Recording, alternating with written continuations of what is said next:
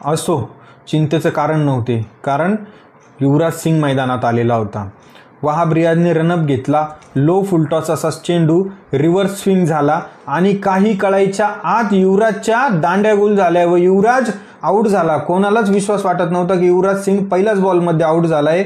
आणि जो सामना आम्ही लाईव्ह बघत होतो त्यावेळेस कॉमेंट्रेटर म्हणत होते की युवराज सिंग हा जरा सुस्त वाटतोय, युवराज सिंग जरा लेझी वाटतोय.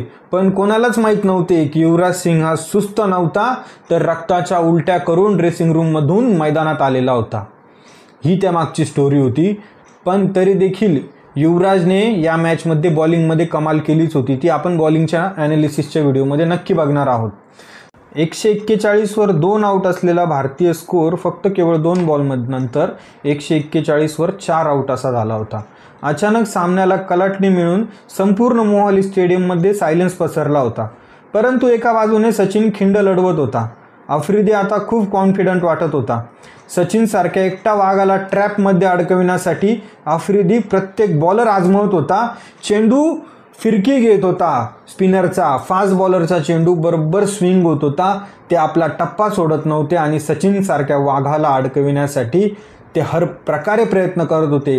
जसे मी आधी सांगितले त्याप्रमाणे सचिनला साथ भेटली ती पाकिस्तानच्या फिल्डर्सची. त्यांनी सचिनचे 4 ते 5 झेल सोडले. असे सचिनला 1-2 नव्हे तर तब्बल 6 वेळा जीवदान मिळाले. सचिनने देखील आपली 50 पूर्ण केली. स्कोअरबोर्ड पुढे चालवत ठेवला आणि पुन्हा एकदा पाकिस्तानच्या संघाविरुद्ध सचिन मोठी खेळी करण्यात यशस्वी ठरत होता. सचिन आता 80च्या पुढे गेला होता आणि सचिनला शतकासाठी फक्त 20 धावा हव्या होत्या. सचिनने जर हे शतक केले तर ते त्याचे शतकांचे शतक म्हणजेच महाशतक हे होणार होते आणि तब्बल 6 वेळा जीवदान मिळाल्यानंतर सचिन शतक पूर्ण करणारच असे सर्वांना वाटत होते. पाकिस्तानसारखा संघ आणि या संघाविरुद्ध जर सचिनने त्याचे 100वे शतक पूर्ण केले तर ती सचिनसाठी आणि संपूर्ण भारतासाठी आनंदाची बाब ही नक्कीच होणार होती. परंतु नियतीला काहीतरी वेगळेच मान्य होते आणि त्यावेळा तब्बल 1-2 नव्हे तर 6 वेळा जीवदान मिळालेला सचिन आफ्रिदी करवी कव्हर्समध्ये झेलबाद झाला, तो अकमलच्या बॉलिंगवर. पाकिस्तानसारखा प्रतिस्पर्धी विरुद्ध सेमीफायनल भारत, एका तगड्या बॉलिंग लाईनअपच्या अगेन्स्ट सचिन 85 धावा करून पेव्हिलियनमध्ये परतत होता.